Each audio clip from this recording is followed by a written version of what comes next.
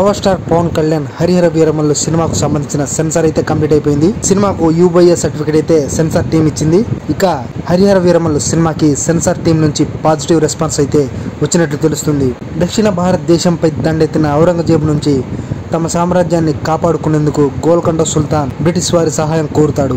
అయితే బ్రిటిష్ వాళ్ళు దానికి బదులుగా కోహినూర్ వజ్రాన్ని ఇచ్చేందుకు ఒప్పందం కుదుర్చుకుంటారు. అయితే ఔరంగజేబు వద్ద ఉన్న కోహినూర్ వజ్రాన్ని దొంగలించేందుకు గోల్కొండ సుల్తాన్లు వీరమల్లు సహాయాన్ని కోరతారు. ఇక వీరమల్లు గోల్కొండ సుల్తాన్లకు సహాయం చేసేందుకు అంగీకరించాడా లేదా అనేదే హరిహర వీరమల్లు స్టోరీగా చెబుతున్నారు. సినిమా స్లోగా మొదలైన మొదటి 40 నిమిషాల తర్వాత ఆసక్తికరంగా మారుతుందని, క్లైమాక్స్ వరకు ఉత్కంఠభరితంగా సాగుతుందని అంటున్నారు.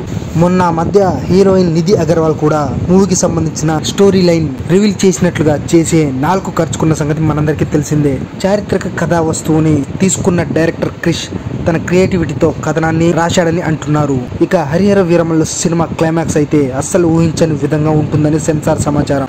సీక్వెల్ పై ఆసక్తి పెంచేలా క్లైమాక్స్ లో ఓ ట్విస్ట్ పెట్టినట్లుగా తెలుస్తుంది.